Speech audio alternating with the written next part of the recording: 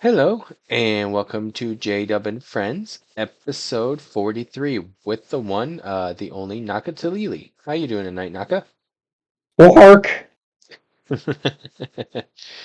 Now, Naka, Hello. oh, go ahead. Naka here's been on YouTube now, 15 years as Naka Teleeli. Oh, really? Have I? Yep, I checked it out before the podcast, so I made sure before I go insert open mouth, insert foot, and say, oh, he's only been doing it for a few years, and be 25 years, but not that long yet. But yeah, I've been watching him forever. Watched a lot of his Let's Plays. Had a few that he actually helped me with. The Hack Infection, which we were talking about off stream. I played a lot of that thanks to him. I actually got the 4 Dot Hack sequel series, I guess Dot Hack GU. So gonna be starting those pretty soon after I finish the Dot Hack series, which I gotta get the other 3 games, but they're so expensive, it's not even worth the money no more. Yeah, it's difficult to get a hold of IMOQ anymore. I'm lucky that I got them as they were coming out. Yeah, that's insane. I mean, like the third and fourth game are so expensive. Second game's, expensive, but not as expensive as those two. But yeah, I have some news, and I also am going to show. Go ahead and stream that. So now you should be able to see. There we go. Is Naka's channel. He's been doing it forever. Like I said, here's all his links. He has a Twitch, which I have up top there. Blue Sky, Twitter, Tumblr, and he also has Streamlabs if you want to donate to him when he's live. 65 million views. That's crazy. And I guess that happens when you upload daily. It'll Yeah, add up. and 42,000 subscribers. Also, you'll probably recognize Naka, and he has a buddy he has on there periodically, Elemental Ogre. I've been, big fan of both of them, so a lot of the Let's Plays I've listened to, you guys go so well off of each other. It's incredible. Um, Now you do some streaming on Twitch. If you can't tell, the background here is based on Dot Hack right here, the now loading screen that he does. Um, Also, uh, you've just actually streamed a couple days ago. Yep, 2 days ago. Um, but Anymore, most of my streams are done on YouTube, mhm. but once a week I do still stream on Twitch. See, there we go. Twitch is I guess you could call it a co-working stream. Mhm. It's my chance to get things done in on like my own personal projects. So you'll see a lot of like game development and the like on Twitch. More gameplay related things are done over on YouTube, where I stream on Thursdays and Fridays. There we go. See, I don't know much. Just kidding. But yeah, as you can see, he has uh Naka's played a lot of different games. You got, your Kirby's, which are great games, Dragon Quest, Death Store, which is pretty fun. Um, there's a bunch of different games that Naka's played. Uh, but to get to the news that we have, the games for PlayStation Plus have been announced for June. Do you have PlayStation Plus? I do not. Okay, so PlayStation Plus every month releases 3 free games. This month is actually 4. If you have as long as you have PlayStation Plus, kind of like Game Pass for Xbox. You get to keep the games for as long as you have PlayStation Plus. This month is I was trying to find the picture, but apparently not. NBA 2K25 Alone in the Dark, which is a horror game. I believe it's a remake from the way back before the PlayStation era, I think.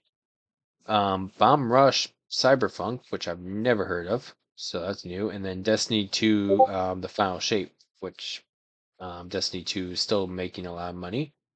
Uh, they I know also the have, original Alone in the Dark was super formative to like how um, horror games and kind of the point and click genre worked at the time, how survival horror worked.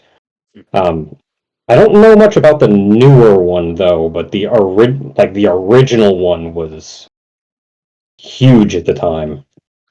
yeah, there was a lot that Alone in the Dark did when it first came out too. That a lot of it had nothing's really touched that, which is craziness. Yeah, then they have the extra, which is like the second level. Another Crabs Event Treasure, which I've heard of. I heard it's pretty fun. Skull and Bones, which they had a free trial for 8 hours.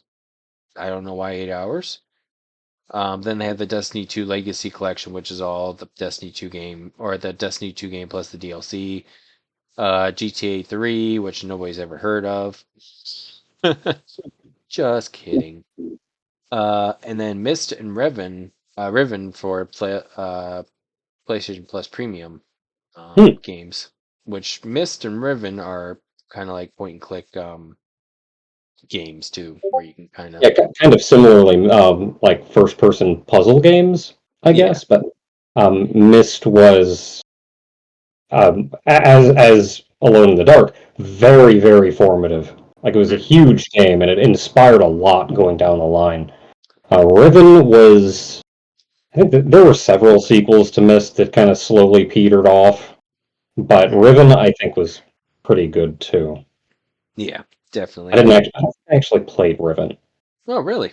Yeah, I played a little bit of it, and I I enjoyed know it I've so played far. through and beaten Myst.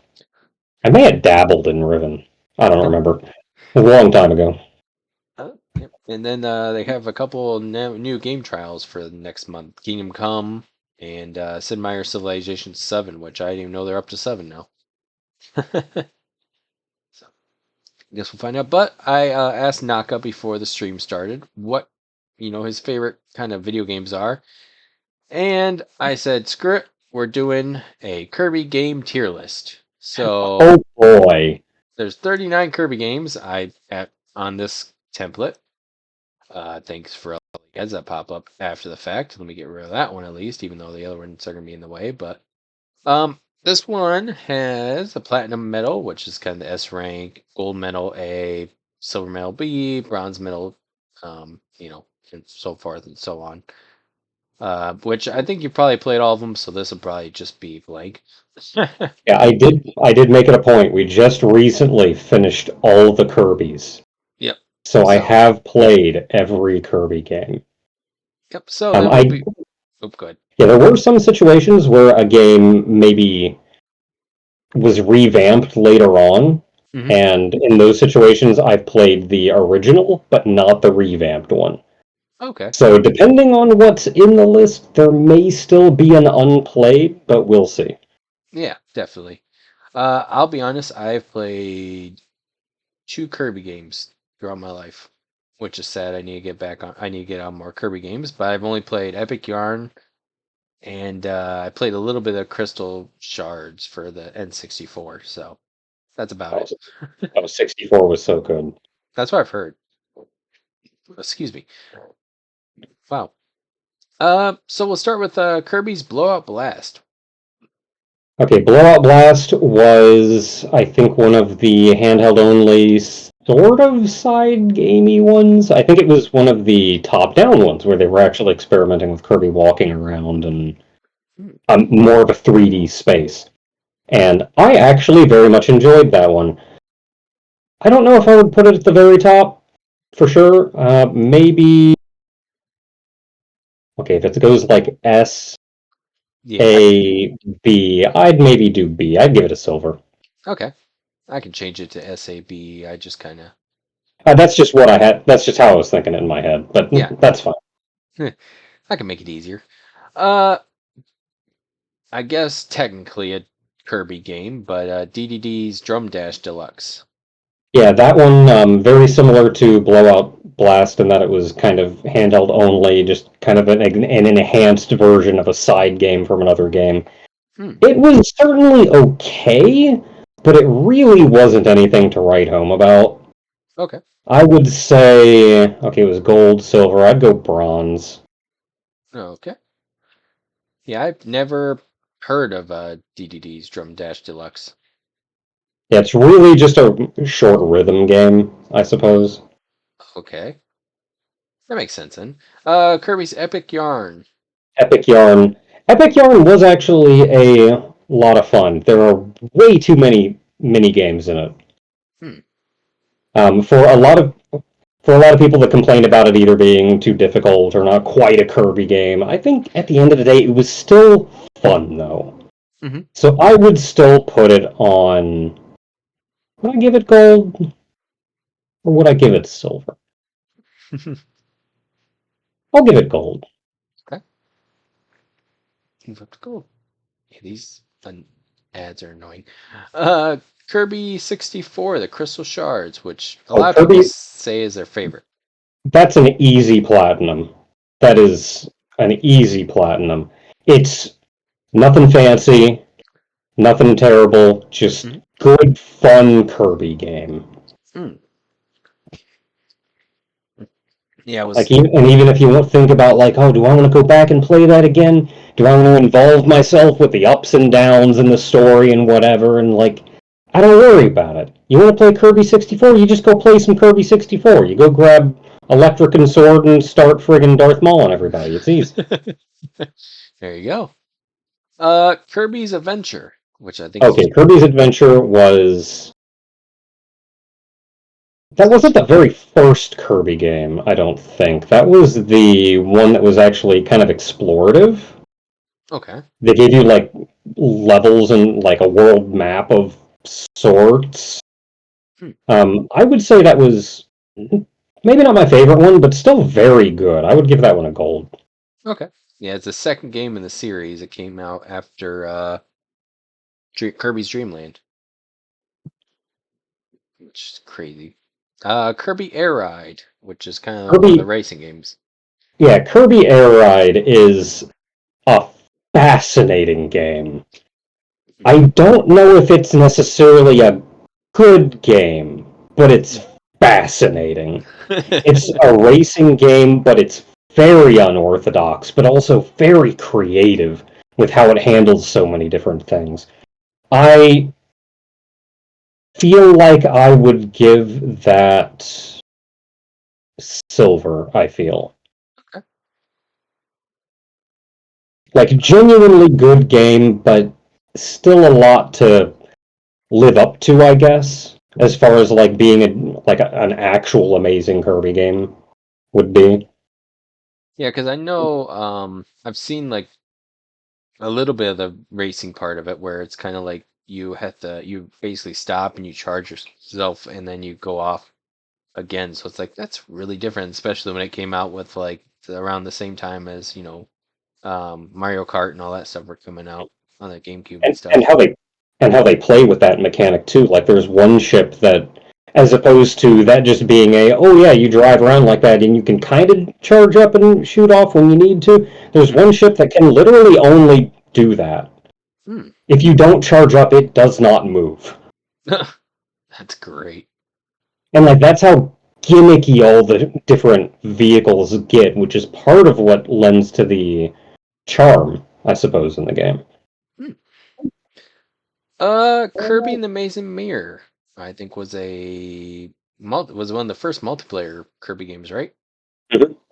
And it was indeed a very amazing mirror. They actually gave you a whole world to kind of run around and explore. Almost a little. People have said it's Metroidvania-esque, but you don't really gain things to make you stronger over the course of the game. It's more Metroidvania-esque in that you have a world to explore and you can unlock shortcuts to get back later and work your way down different paths. It's almost more open worldy in that regard.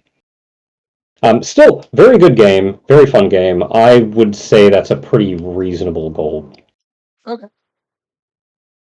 There we go. Gold. Kirby and the Rainbow Curse, which I was the DS version, I believe, right? I don't remember. I remember all I remember is that it's like lines that were drawn on the screen, and then Yeah, because there were two of them. yeah, One of them was handheld only on the DS, and one of them was, I think, oh, it's Canvas Curse. I can see right there. I want to say Rainbow Curse was the better one. I'm hoping I get them correct here, yeah, and don't get them mixed up. That Canvas Curse, I think, was the better game. Um, I have heard tell that like if you like Canvas Curse, you don't like Rainbow Curse, and if you like Rainbow Curse, you don't like Canvas Curse. I enjoyed Rainbow Curse. It okay. was kind of everything that I wanted Canvas Curse to be in the first place. Hmm. So I would. There were still some frustrations, so I would say maybe Silver. Okay. Like it was still a good game. Just not as good of Kirby as the other ones before it. Hmm. Makes sense. I think this is Kirby's Avalanche. They kind of cut off the name. Yeah, Kirby's Avalanche. I would say that's probably a bronze. It's they kind of just slapped the Kirby brand on like Puyo Puyo. I think it is. Hmm. Which like it's not necessarily a bad game, but it's not a Kirby game. It's just Kind of like Kirby's Block Ball. I see is the next one there, yeah. and Block Ball. That was I think that was the Pong looking one. I have never heard of Kirby's Block I may Ball. have to look that one up. I think that was the Pong one. Huh. Kirby's Block Ball. What? I think it's funny. I started typing in block or BL and it last came up. Block Ball. Kirby And no just Block Ball. I think I'm right. Yeah, that was the well, not Pong, it's Breakout. Yeah. Yep. GB. Game Boy. Wow. Yeah, I think I would still put that. I would probably put that one in bronze. Okay. It was all right, but a lot of the games at that time were very unrefined. Mhm. So, like, conceptually, I think it was good, but, like, in playing it by the end, I just wanted to strangle someone. Good. That's great. Speaking of another game that we were talking about earlier, Canvas Curse. Canvas Curse is no metal. I Oh, okay. hated Canvas Curse. Yeah, there you go. I remember by the end of Canvas Curse saying that not only do I I remember thinking, and I was perhaps a little upset and going off of emotion at the time, Mhm. but I said, like, I think this may not just be my least favorite Kirby game, but this may be my least favorite game of all time. Mm, wow. Like, and I understand there were some issues with how I played it as well that could have potentially made it easier, but I did not enjoy my time with Canvas Curse. Yeah, that was one I've never even heard of. I remembered Rainbow Curse just because I've seen so many people play it, but I don't remember Canvas Curse at all. This one in my head shouldn't have worked, but watching everybody play it just it made total sense. But Kirby's Dream Course. Kirby's Dream Course, I feel like I would give probably bronze. Oh, Would I give it bronze or would I give it silver? okay. I give it silver All right, that's easy enough to move. because it was a lot of fun. Conceptually, it worked amazingly. Yeah. And I think if there was anything that I didn't enjoy as much about it, it was honestly just some of the things that you dealt with games at the time, where death is punishing, life system, go back and play the level again because you hacked up and didn't have future sight, whatever. Yeah. And when I was playing the game, I was holding myself to attempt to play all of these games as intended. Hmm.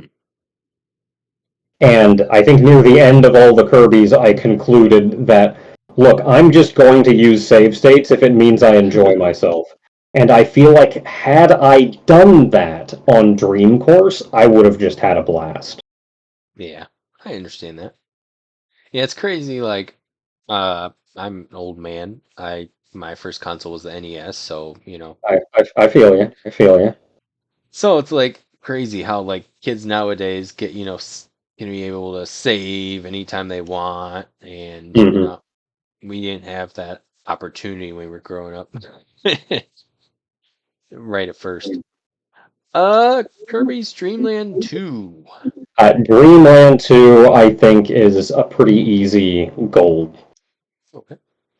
It's good game, fun game. If you want to play a Kirby game, it's a good, fun Kirby game. Hmm. It's got the animal friends in it. I think that was the first game that had the animal friends in it. There were some points, I think, later in the game that could get a little rough around the edges, just because, again, game design at the time can be a little rough around the edges. Hmm. But overall, still great game. That's one that I know I played the heck out of as a kid too. I'm gonna ask because I know it was a Game Boy game. Mm-hmm. Did you have the Worm Light? Probably. That was one bad thing about the Game Boys. You could not see Yeah. the screen at night. No, I didn't have the light. I had like this whole big attachment that put like lights on the side of the screen. Yep, that too. Remember that one? Ah, man. What we had to do to play in the dark. Mhm.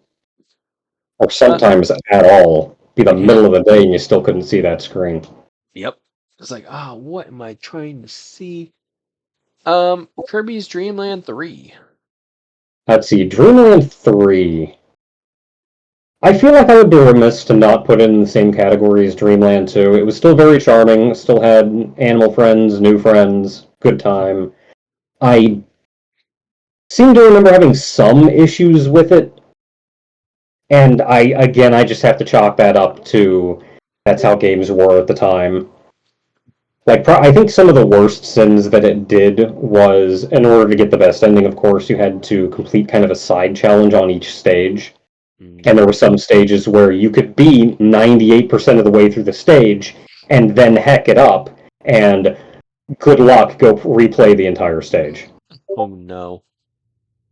And I don't think there were a lot like that, but sometimes you got that. Yeah. Yeah, I remember the only game I've ever had that I put down after a while and I just think it's because you had to get every one of the bears was Jet Force Gemini, and then all of a sudden Force Gemini. one of the bears would get shot, and it's like son of a, and I had to start the whole section over again because one of the bears died. Uh, Or Ogre shot it. yep, exactly. Kirby's Dream Land, which started it all. Uh, there aren't really any problems with the game. It's just kind of short and basic. Mhm. I feel like I should put that in platinum just because of what it is, but I put it in platinum with the understanding that there isn't a lot to it. Mm. But what it did was start a franchise, and on its own, there aren't any major problems. It's just a good, fun Kirby game. There's not a lot to it, but it's a good, fun Kirby game. That makes sense. Yeah, I still want to try Kirby's Dream Land. Everybody's talked about it. I'm like, I need to try it out because it's like one of the games that I missed, growing up. But Mm-hmm. I got to test it. Kirby Fighters Deluxe. I can get it out. Kirby Fighters Deluxe. I think I'm going to say Silver. It's Okay. only kind of a Kirby game. Hmm. Is it kind of like a Smash type? Kirby, or is it like more? Yeah, like there's fighting to it. You can have a good time with it. I almost want to put that one in unplayed. What's that? Oh, Kirby's Fighters. Yeah, like let me take a Yeah. quick look. Kirby Oh, turn here. and see if that's the game. Yeah, I'm trying to remember. I oh remember yeah. which one it was that I played. Yeah, I would almost put that one in unplayed Okay. because it is a fighting game, and I showed it off, but I understood that I'm not a fighting game fan. And if you ask me to perform a level of fighting game skill for you, I will disappoint you. I So I understand. kind of showed it off and showed off what it was, but didn't really play it, so I don't feel like I can. I've Uh, played some of it, but I don't feel like I could categorize it. that makes sense. Yeah, I understand that completely. Kirby's Extra Epic Yarn. Extra Epic Yarn, I may put that one in unplayed too. I've played the first one, I have not played the remake. Okay. Yeah, I didn't even know they had a remake for Epic Yarn. See, shows how much I pay attention. Kirby Battle Royale. Battle Royale. Battle Royale was a good game, kind of just a bunch of mini games. Mhm. It was alright, not amazing, but alright. I don't remember having any major problems with the game until literally the finale, which was absurd. I would probably put it in silver. Okay. Silver works. Oh, let's see where you at. There's Silver. Kirby Star Allies.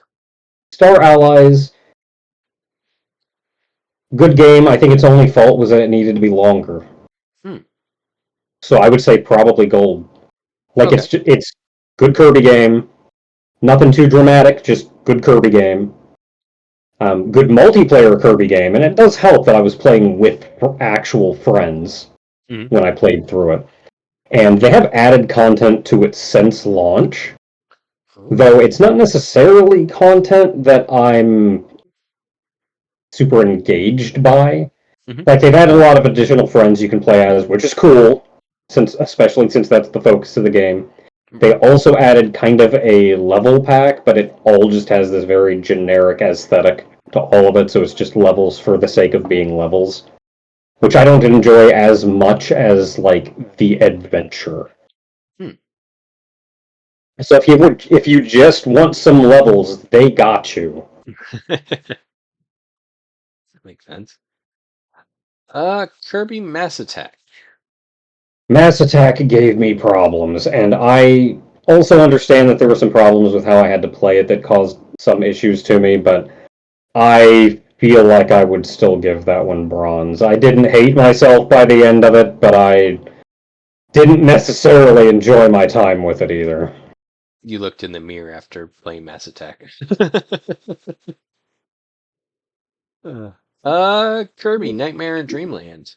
Nightmare in Dreamland, I think we can put that one in unplayed because it's a remake of Kirby's Adventure, I think, Okay.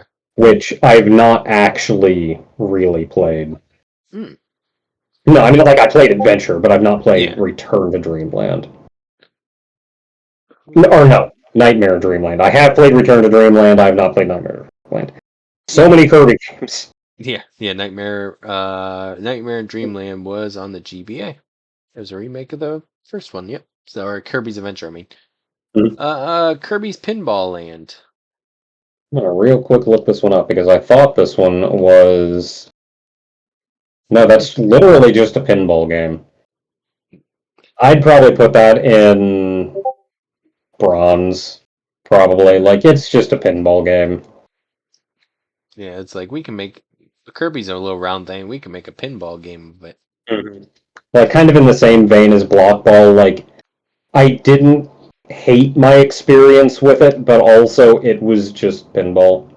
Yeah, that makes sense. I remember kind of when we weren't sure at first if Kirby was the way they had him colored, if he was a white ball, or if he was a pink ball, which is kind of Mhm. weird. And I Uh, think they originally intended him to be yellow. Yeah. Like, who was it? Miyamoto? That thought he was going to be yellow, and then everyone was like, no, he's white. Or not like, no, he's pink. I don't know what you're talking about. Yeah. But that's where they actually bring that back later on with usually if you need a second Kirby for Hmm. any reason, it's usually yellow. Never knew that. Huh. I'm learning new things. See, look at this. Naka teach me things in my old age. Kirby Planet Robobot. Robobot was amazing. It was the Gurren Lagann of Kirby games. I So would it's say I'm hesitant to put it in platinum. It was minimum gold. up top. I think if I think if any I feel like if there was any reason I wouldn't put it into platinum, it was that it just kind of felt like the levels became levels over time. Mm-hmm. And he's kind of got. Like they're like yes, I'm still playing the Kirby game. Yes, I'm still playing the Kirby game. It is still a Kirby game. Yeah, at that point, I understand what you mean. Kirby's Return to Dreamland. Return to Dreamland was Kirby's first major console game in quite a while. Like I think before this one, it was 64. Mm. We got a lot of handheld games, a lot of like side games. Even if it was on a main console, it was still side game-ish things. So Return to Dreamland, we had been waiting on for quite some time, and at the end of the day, it didn't really do anything dramatic, but it was just a good Kirby game. So I'd call it at least gold. Okay. I may need to split gold into two categories. Gold and Gold Plus. Yeah, that's actually what I was thinking. Kirby's Squeak Squad. Kirby Squeak Squad, again, just a good Kirby game. Like, nothing jumping out at me. There were maybe some treasures you had to collect that were little butts from time to time, but I don't remember hating my experience with it. It was good Kirby game. Probably gold again. Okay. Let's see. Kirby Superstar. Oh, that Kirby Superstar is an easy platinum. There you go. Kirby Superstar was one of my childhood games, and even though I had played other Kirby games, Superstar is the one that just made me go, "No, I love Kirby games." That makes total sense. Yeah, that was on SNES, right? Yes, All right. it has Uh, been remade since then, though. yeah. I don't speak Japanese, so I don't know what this is. Um, which game was that? So, I'm gonna have to look this one up because like I remember it. I want to say it was a collection of mini games on the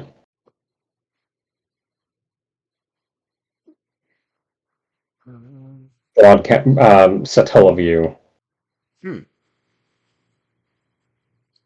Nope. Never heard of it. Yeah, oh, I've never even, world.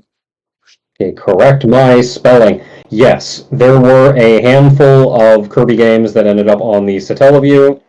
Most of them were very basic, unimpressive. Like, here's a pachinko game with a Kirby skin slapped on it. It was just kind of something tossed together for the sake of Or to get giving the Satellaview content. it. I'm assuming that's what that game is, though, because I too do not speak Japanese. Yeah. So I'm like, So yeah. they were all very basic. They were all honestly very throwaway. I think some of them were maybe kind of interesting here and there, but also a lot of them are lost media at this point. Yeah. I'd maybe put them in no metal. Okay. They were they were games. It's non-traditional. Yeah, I'm Probably only 6 of 10 experts agree. Kirby Superstar Ultra. Superstar Ultra. I think objectively that it is better than regular Superstar. It's the remake of Superstar. Oh, okay. But it was made during a period when the art style kind of changed, and they. Oh no, that's the one. That's Kirby's Toy Box right there. I just see it. It's the third Oh, one over. So what the heck is that one that we just did? Ah, I don't know, man. something. It's Kirby's Toy Box was the Satellaview one. Yeah, that one. Okay, so Superstar Ultra. I would put it in gold. Still very good Kirby game. I think it even has some additional content in it. It has the True Arena, which hadn't been in prior Kirby games. But the True Arena, especially at this point, is largely just Kirby games that were. It was just like content that they already had, bosses that you've already fought, just fight them again. And the True Arena just made them all stronger. Which it wasn't just like, oh, damage values or whatever. It was they did give them like increased attack patterns, and you had to have some fun with that. So it is still a very good game. Objectively, there is more better content than regular Superstar. Personally, I'm not as fond of it because it came out during an era where they kind of changed the attitude and aesthetic of Kirby in a way that I wasn't as fond of. Okay. So I'd still say gold, though. Okay. Gold. It's gold. There we go. I'm guessing that's Kirby Star Stackers. What that's supposed to be. So Star Stackers is it's another they tossed a Kirby skin on top of something else. I can't remember what the original game was, but I think Wario's Woods was another reskin of the game. Was it like a Sonic game? Maybe I don't remember. But it's a puzzle game, competitive puzzle game where you play against other players. I don't think I did more than show it off because it requires more thought than I had.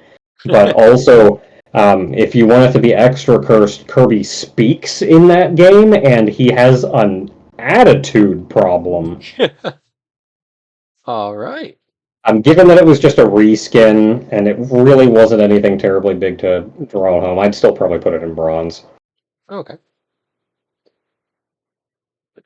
Let's see. Yeah, you says it's Kirby's Toy Box. Yeah, that's Kirby's Toy Box. That's the Satellaview game. I don't remember. If that's the case, then I would still put it in bronze. It just makes me wonder what the other game was that we put in bronze. Not bronze. No metal. No metal. Yeah. It looks like a card game, kind of, sort of. Yeah, like I see the little blocks. Oh no, Toy Box I would put in no metal. Oh, okay. Got it. Like because that's the Satellaview one. Yeah. But then that just makes me wonder what the other one they put in there was, and I can't remember what that one was now. Yeah, I've been looking through the. That's at the Satellaview one. Yeah, I was looking through the fandom. And I was like, I don't recognize any of these names. Where's the list of Kirby games? Right. See if I can track that one down. Kirby Triple Deluxe. Triple Deluxe is very good. I would say gold. Okay. Very good Kirby game. Doesn't do it. It's just good Kirby being Kirby game. It does. It was kind of in the era of we're going to have a gimmick in this game, and that gimmick is going to just have its own little side areas where you get to solve a puzzle with that little gimmick, and that's where that gimmick resides. Okay.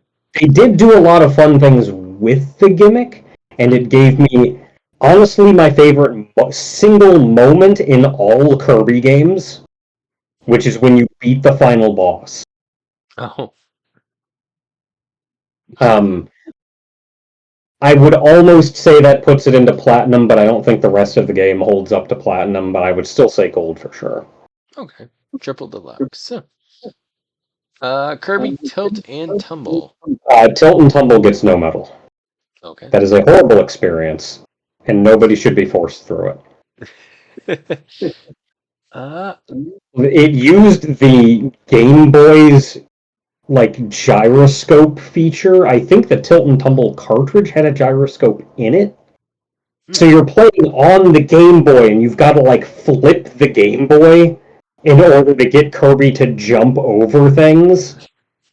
It was horribly awkward for me to do it, and I did it via emulation where I had the option of like binding a key through various shenanigans to get Kirby to jump, and it was still a horrible experience. it sounds terrible just from hearing that.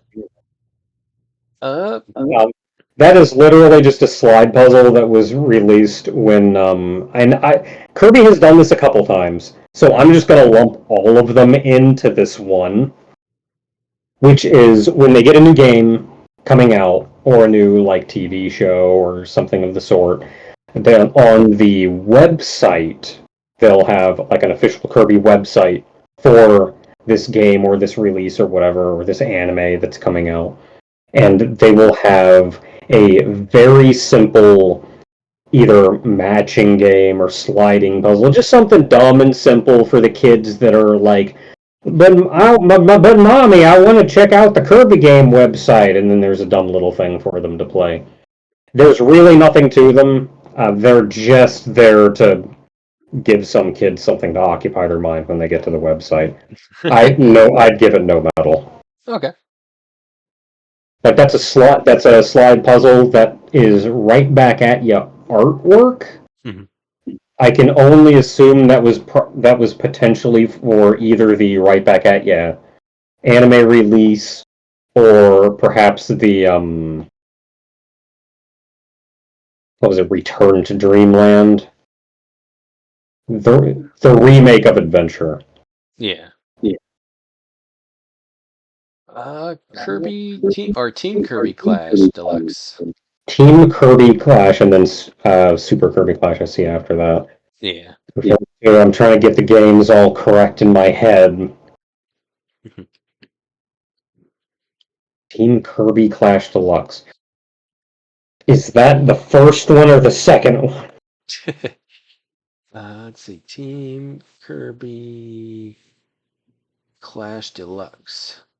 Expanded version of Kirby Planet Robobot subgame Team Kirby Clash. Okay, so I think Team Kirby Clash Deluxe is the first one then. At which point I would give it... Boss Rush RPG. Yeah, I would give it probably...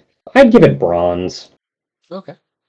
Like, it was a good time, but it wasn't anything to write home about. I mean, it did a lot. It was interesting. Mm-hmm. But at the same time, you end up fighting the same boss repeatedly, over and over again. It's got various other features. But it did the interesting thing where, like, you got Kirby getting better equipment over time. You got to work up to that. And by that same vein, I would say Super Kirby Clash, the next one, is just a better version of Team Kirby Clash Deluxe. Okay. So would you put So it I in would put bronze? that one into silver. Oh, silver. All right. It's still got... I had a lot of fun with it. You can put a lot of time into it. If you put even a little bit of money into it, because it does have kind of free-to-play means. If you do put a little bit of money into it, that'll bypass a lot of the grind and the waiting, and you can just enjoy it as a game. Which is what I did for the videos. And I did have a very good time with it. It does get very grindy, and you are going to be fighting kind of the same bosses over and over again. Mm-hmm. So it depends largely on what you want out of the game. Despite that there is an obscene amount of content in the game, there is actually not that much content in the game. I get what you're saying, yeah. But, Kirby's like, Fighters. Good. I can certainly put on my grindy pants, though, and just brain off do something for a while and have a good time with it. So I enjoyed my time with it. Kirby. Kirby Fighters 2, Yeah. I feel like I would have to put that one into unplayed as well. Okay. I think it's just a better version of Kirby Fighters Deluxe. Hmm. They actually added like a story mode to it that you can go through. A lot of neat features to it. But I understood that I'm not going to enjoy my time with this because I don't enjoy my time with fighting games. So I showed it off and said, try it if you think it looks neat, but that's all I got. Makes sense. Kirby and the Forgotten Land, which was Um, Kirby's first 3D game, I believe. that is easy platinum. Forgotten Land, yes, it was the first. It was the first full 3D Kirby game, not rendered 3D. It's been doing rendered 3D stuff since probably 64. Hmm. If not earlier, I think just 64 though. But more 3D as in it is free roaming. You can move forward and backward into the background, left and right, up and down, any direction. Much like Blowout Blast, which had started, but Blowout Blast was very quick, punchy, short stage based. This was actually the proper, expansive Kirby game, and they pulled out all the stops on it. Yeah, I want to play Kirby Forgotten Land. I haven't played it yet. I actually, when I moved down to be with my wife, I left my Switch up north, so I haven't had a chance to get it and come down and play it yet. Like Uh, I think I've mentioned before in the videos going through the Kirby games that a lot of the Kirby games they get like the base right, mhm. but there's always a little bit of experimentation they do that never quite catches. Especially a lot of the side games just need more time in the oven. Oh, okay. And then a lot of the main games, they have a really fun base. They just maybe didn't have the time or the budget to expand on that as well as they could have sometimes.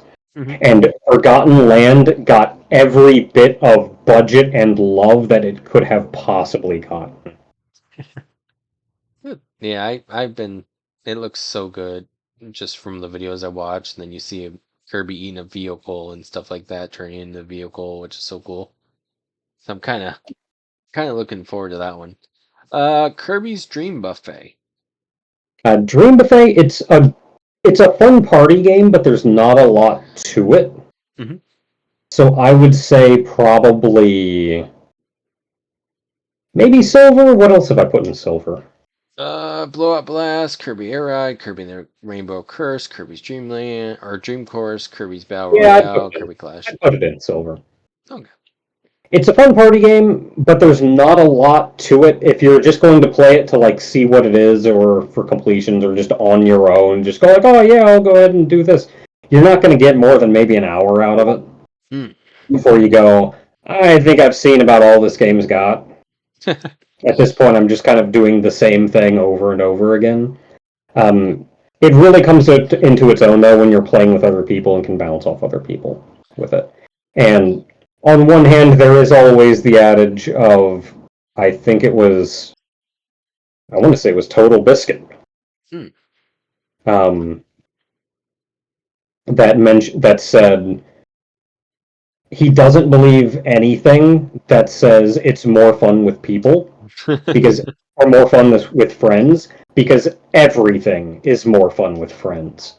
Watching paint dry is more fun with friends. I agree with that. Yeah. So, like just saying it's more fun with friends is meaningless. Hmm. But Kirby's Dream Buffet, by its very nature, is a have some friends around you based game. Like Yeah. it's designed to have three friends there all like screaming and yelling at each other, and it's very Fall Guys esque Yeah. in that vein. Like imagine playing Fall Guys solo. I've done that a few times. I I Like you platinum that. can, but like how long until you go? Eh. Yep. Especially if you're playing like a team or you're playing like with a team, but you can't talk to your teammates or anything like that. And you're like, what are you guys doing? Oh, especially if you're playing Fall Guys and everybody else is just an AI. Yep.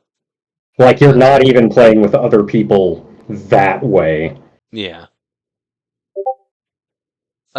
Kirby's Return to Dreamland Deluxe. I may also put this one in unplayed Okay. because it's just an enhanced version of Return to Dreamland, which was a very good game. Mhm.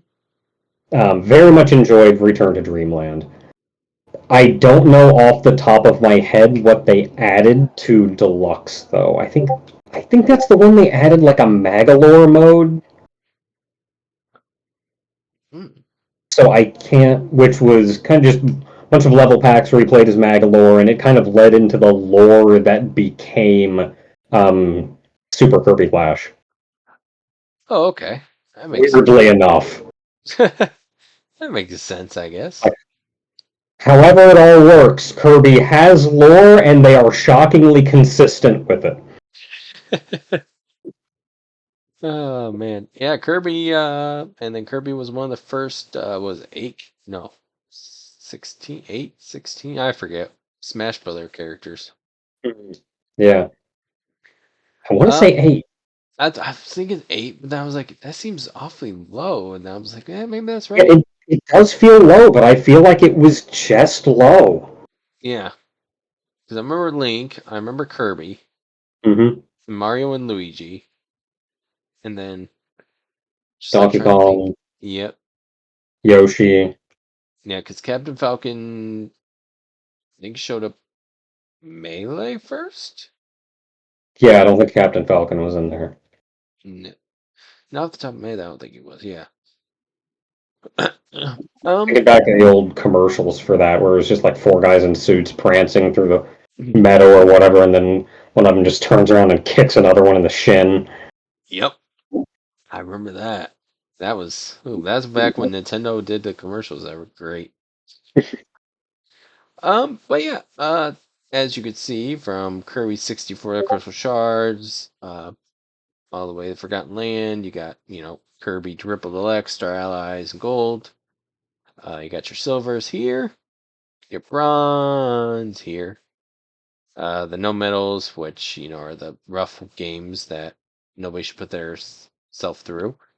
And then the 5 unplayed that are either not he's played for a few minutes or Naka's played for a few minutes or have not played at all. Yeah, But Canvas Curse is very much your mileage may vary. yeah. My mileage did not. Could be worse, I guess. Yeah. Uh, now, I have been kind of curious because I've watched, like I said, Naka for years. Um, where did the name Naka Teleeli come from? Okay. So when I was in high school, Hmm. Rurouni Kenshin was out. Mm-hmm. It was airing on probably Toonami. Mm-hmm. And of course, all of us just being a bunch of teenage weebs, we were all like, "Oh boy, I am samurai!" And me and a couple friends, specifically Ogre and another friend, David, who Hmm. I think I've mentioned over the course of my many years. I'm sure I've mentioned David once or twice, Yeah. but I wouldn't expect anybody to really remember those mentionings. So, but the three of us decided we were going to come up with our own, like, oh, we're going to make our own manga or whatever about like samurais and that kind of stuff. Hmm. Um, so we had all three of our characters. We were also big on like Legend of Zelda Mm. and whatnot, and because this was around the time Ocarina of Time had come out. So we're also thinking like, okay, so we're also like this triangle, or like each one of us represents a different thing, Yeah. and so I equated.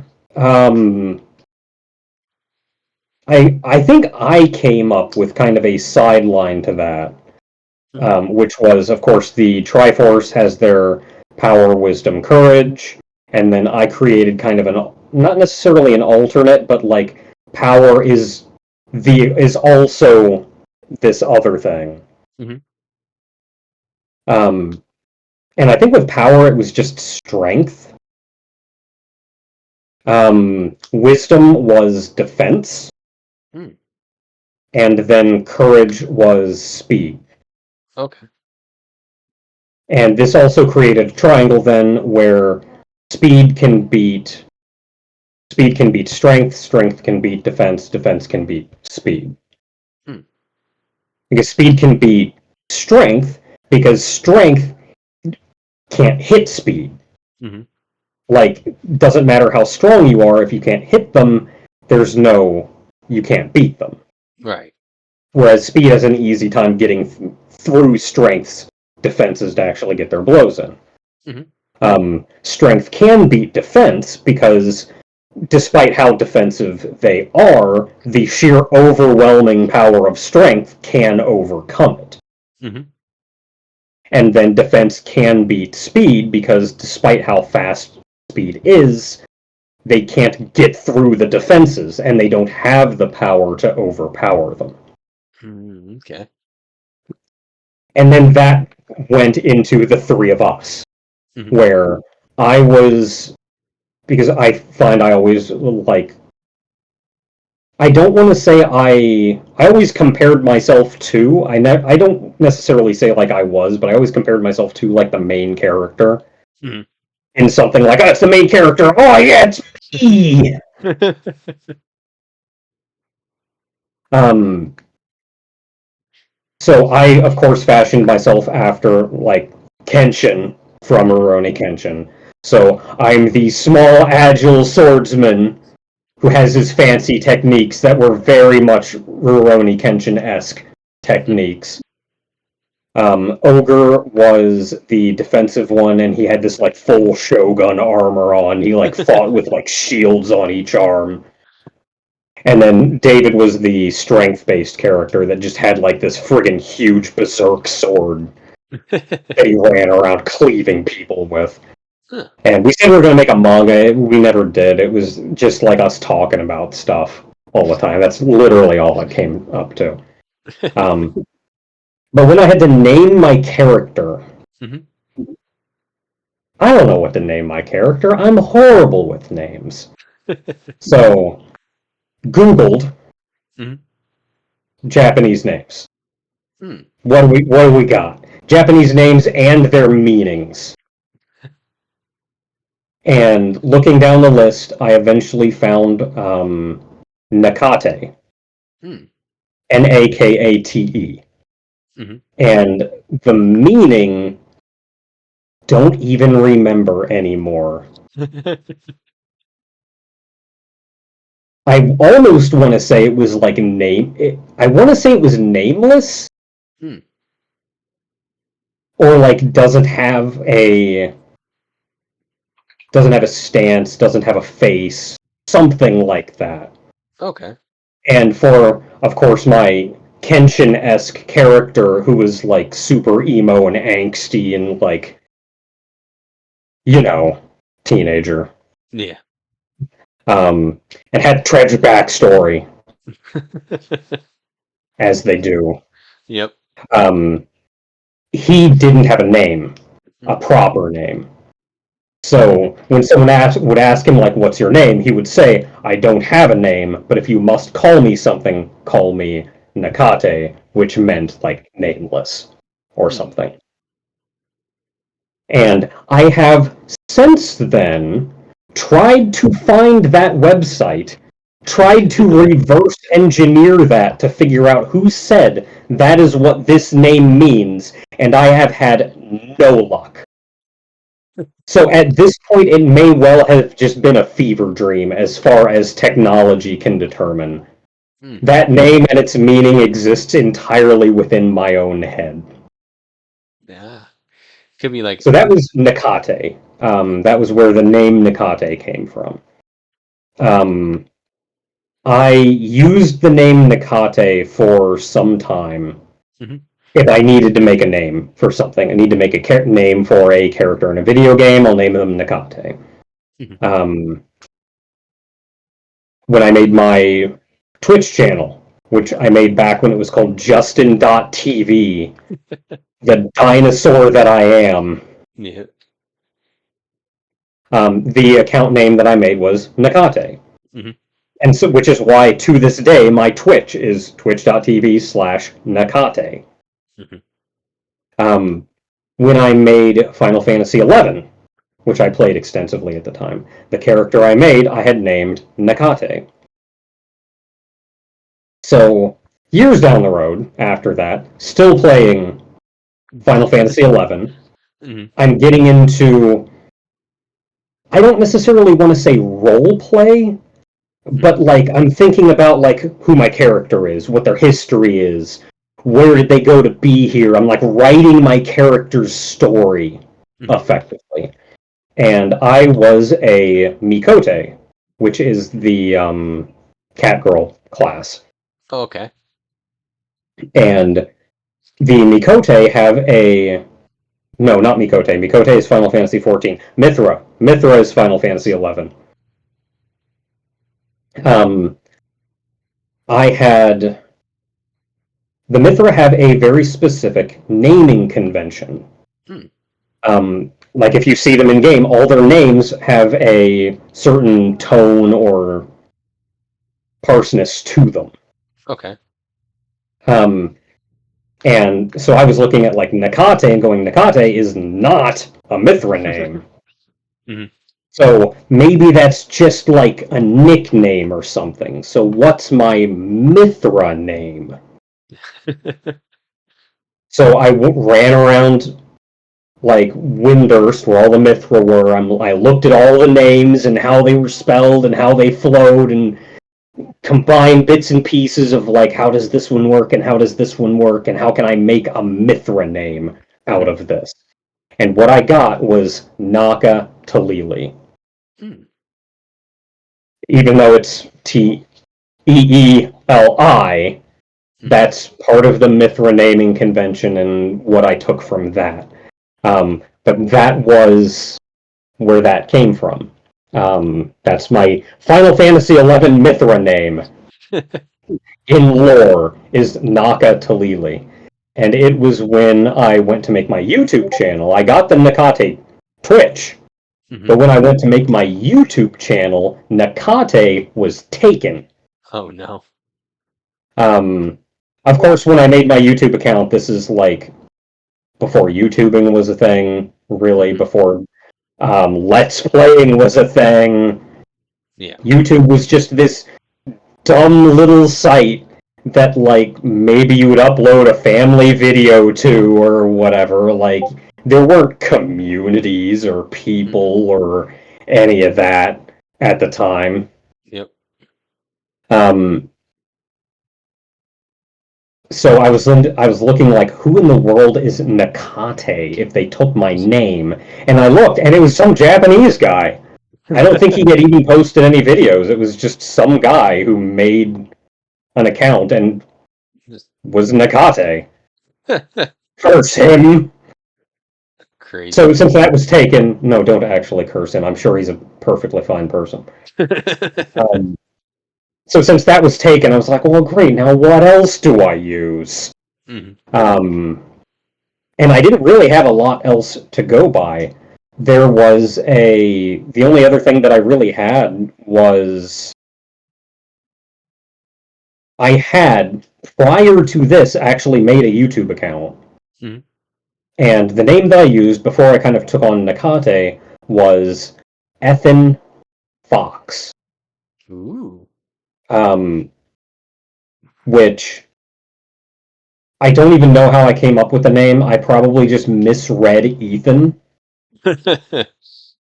or misspelled it or something. Mhm. But this is the name of effectively an OC that I made back in like elementary school. Mhm. When Dragon Ball Z was on Toonami, and no, not elementary, it had to have been middle school because that's when Dragon Ball Z was on Toonami. Yeah. Um, And I just wrote up this big old dumb story that in retrospect is horrible and nobody should read because I was in middle school. Yep. Um, but the main character for that was Evan Fox, who was effectively a self-insert. Mm. Let's all be perfectly honest.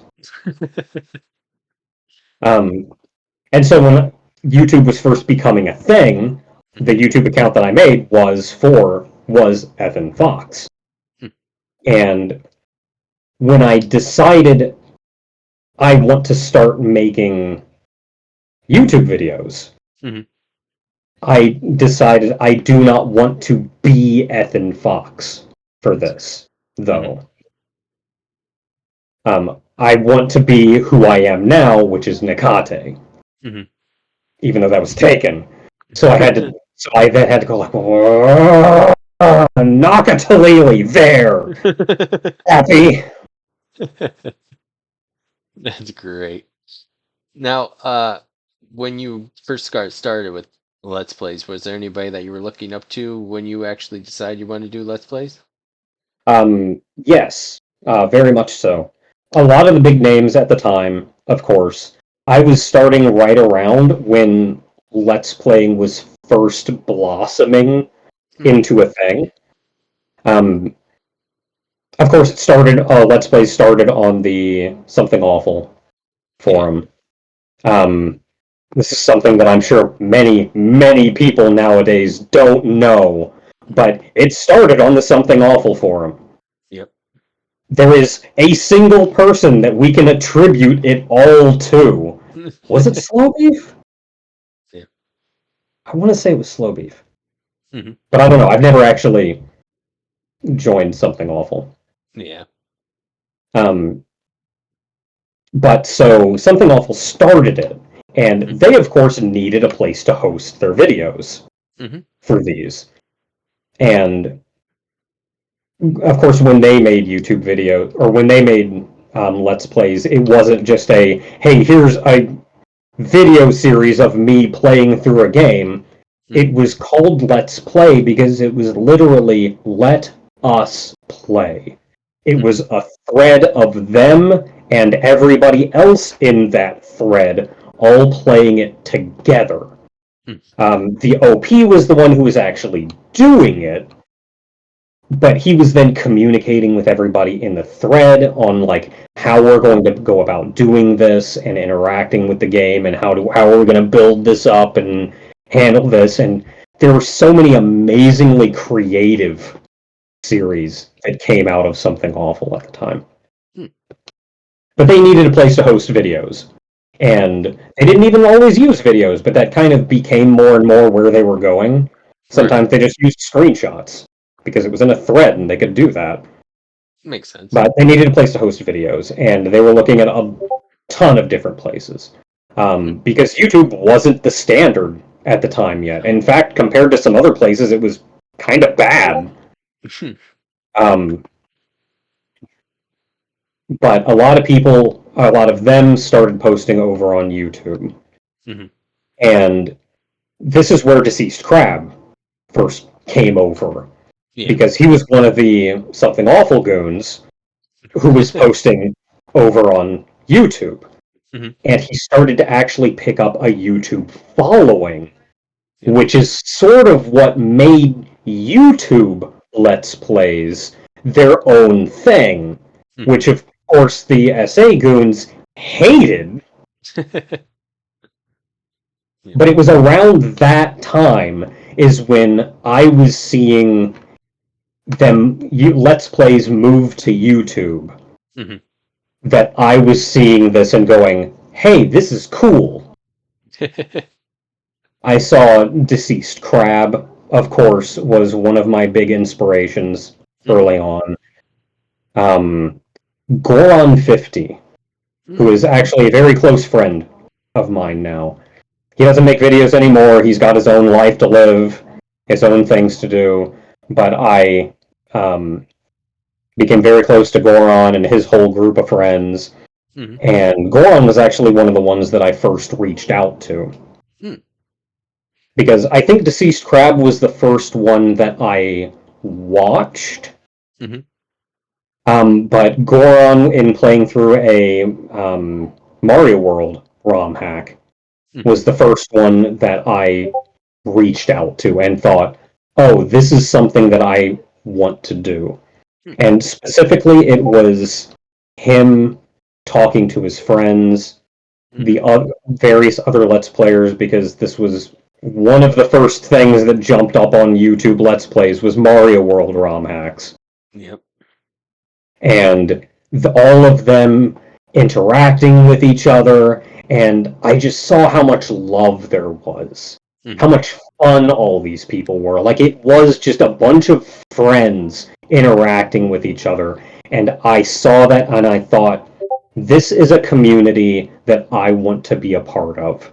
Mhm. So I reached out to Goron50 and said, like, hey, what do I have to do? Can you help me get into this? And he helped me get set up, figured out like what programs to use, like what he used, Mhm. and being as humble as he is, he would, I'm sure he would say like, I didn't do anything, like I didn't know how to do anything. I just said like, well, I use this. But like Yeah. I didn't know how to do anything. So like him telling me what he told me let me get started. Mhm. That makes sense. And so I came in on like not the entry level floor, because I think this is where people like Proton John as well started just before me. Mhm. But it was their very early days that inspired me. Mhm. So I'm like Gen 2. So yeah, you were 20, let's see, 15 years ago, but in about 2010, so you're coming around the same time Chugga Conroy was coming or getting a little bit bigger. Yeah, And because Chugga Conroy, especially, um, because I think he was also one of those like Gen 1 guys Mhm. that was going. And kind of before anybody knew what Let's Plays were, or before the people who are now big had a chance to get big, Yeah. is when I saw everything and was like, cool, I want to get in on this. Mhm. And then like 3 years later, we're going like, wow, Chugga Conroy took off. Yeah. Yep. Yeah, he all of a sudden just blew up and it was insane. Like I remember watching him, I remember watching yourself, NCS, Proton John, HC Bailey, a bunch of just And his and crap. it's especially on Chugga's part, it's very well earned because that was a time when he put a lot more effort Mhm. into YouTube Let's Plays than almost everybody else did. Yep. YouTube Let's Plays at the time, and this is part of why Something Awful hated them, Mhm. was largely just I'm literally just going to sit down and play through a game Yep. and scream a lot. Yep. And that's pretty much what I did for a very long time, and it's really only as I've like kind of grown and matured as a person that Mhm. I've looked at what I've done and kind of evolved my video series as well. Mhm. Um, but that very much the extra effort that he put in that early on, which Yeah. anymore I feel like what he does is almost a minimum bar of entry. It's so hard to get any amount of traction nowadays. Yeah. But Yeah. like him doing that early very much made him stand out, and I'm sure that's why he took off. Yeah, it was impressive. I remember like Naka was saying that Chugga did like the Pokemon Let's Plays and he was one of the first people that actually like showed you the different Pokemon that were on the route, but it wasn't just like he showed you pictures of them, it was like a whole like spiel in in depth and it was just insane all the stuff that he was doing at that point, which nobody else was doing really. It was, Mhm. it was just incredible. Now, you started, like I said, about 15 years ago. Is there a Let's Play of yours that you're like, I love, this is the best Let's Play I've ever done, or do you feel like you still have what's your best to come? It's very hard to say because I feel like I'm constantly changing as a person. Hmm. So what I want and expect out of a game will constantly change. And as any creative person, I look Right. at my flaws more so than I look at my successes. Hmm. So it's hard for me to look at a series and go, oh, this was phenomenal. I really loved that. Because when I Right. look at that series, all I think is, boy, I hecked up at one point. I know the one that I will always remember is at the time I Hmm. was super proud of 3D dot game heroes. Hmm. I felt like I came out the other end of that, like that was it. Hmm. I did everything right for once. Yeah. I got everything, I showed everything off. We kept entertaining commentary along the way. I showed off all of the little references that the game made to other games, largely Dragon Quest. Hmm. I even had Ogre step in at one point. I made my own little Miss Naka sprite thing to walk around as. Hmm. We had a huge forum event where we actually got to identify all of the loading screen references. Like, I was so proud at the end of that. Like, that wasn't just a, hey, this is a fun thing that we did, was identify all of these. Us identifying all of them was the first time anybody had Hmm. identified all of them. Hmm. Like, so many of those, nobody knew what was Right. before our community sat down and figured it out. Hmm. And we, of course, stepped in off the backs of several other communities who maybe started and got a bunch of them, but then their search kind of petered off. And then somebody else maybe picked it up, and then they petered off. Hmm. And even when we were doing it, one of those communities kind of picked back up and was like, wow, heck, these guys are actually getting on this thing. Let's go help them out. Yeah. And we did it. We got all of them by the end of it. There you go. So, like, remember at the time, I was super proud of that. And Hmm. I was super proud of everything that we did, everything the community did, of the Hmm. series. Nowadays, I think that I have just grown enough as a person Hmm. that I look back on that, and maybe I've distanced myself enough from it just by virtue of time Right. now that I look back on it and go, that was good, but it wasn't perfect. Right. I understand that. And I think, like, well, is there anything that I did better? I don't know. I'm sure there were some that were either on par with it or whatever since then. But it's very hard to say. Makes sense. I do think my favorite games though were the games that I could absolutely gush over while playing. Hmm. Um, any game that I'm just playing, going, look at this thing they did. Yep. And for that, I think Lena's Inception. Mm. Absolutely adored that game, and it was largely because I could just go, this game is phenomenal. Look at what it is doing.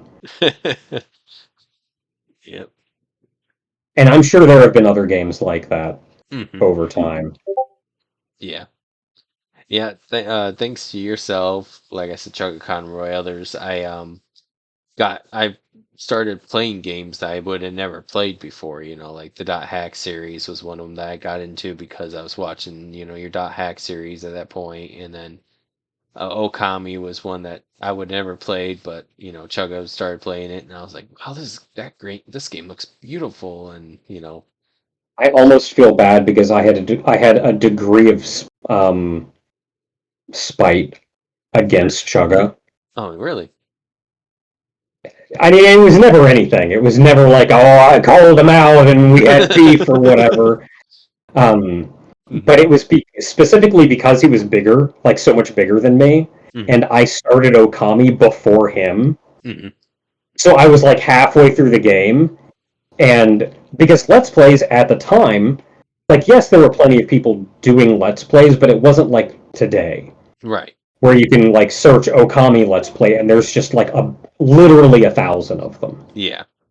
At the time, it was like, okay, you search for Okami Let's Play, and there's going to be like three. Mm. One of them was abandoned part way. One of them is some kid like 10,000 feet away from his mic.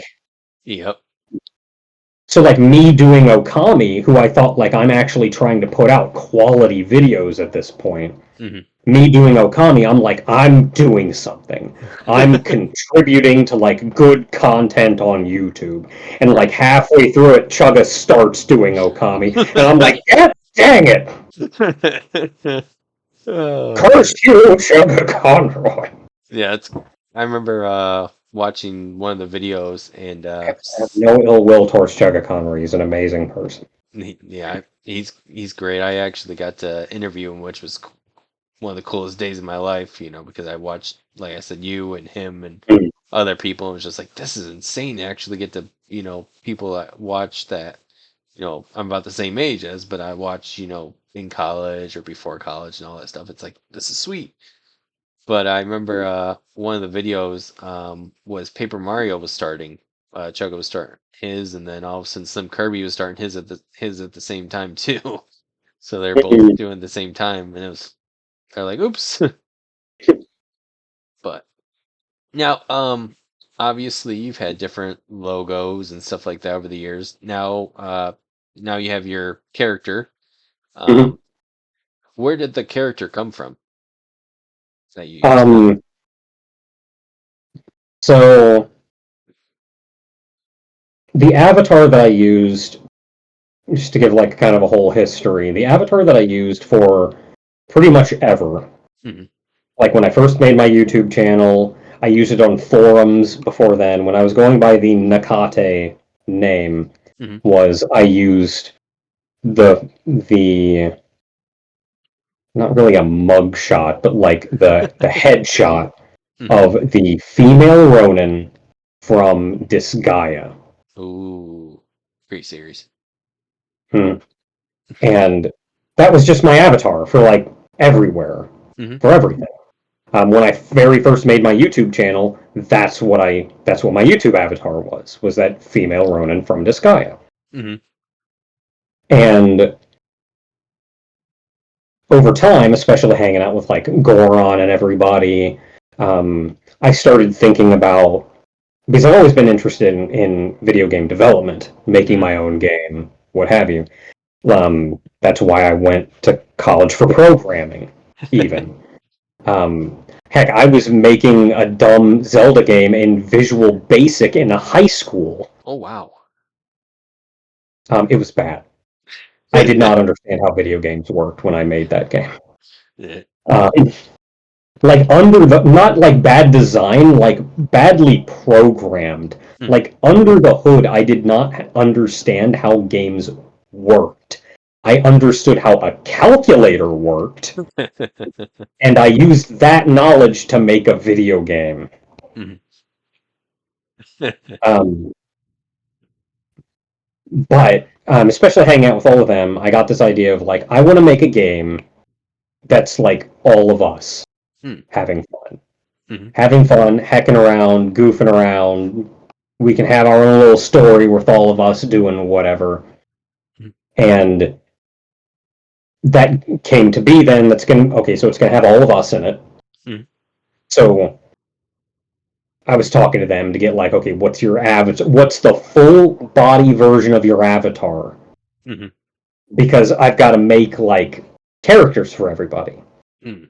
And then I was thinking, like, what's the full body version of my avatar? Is it just going to be the Disgaea Ronin? And I was like, no, I got to make my own character Right. now.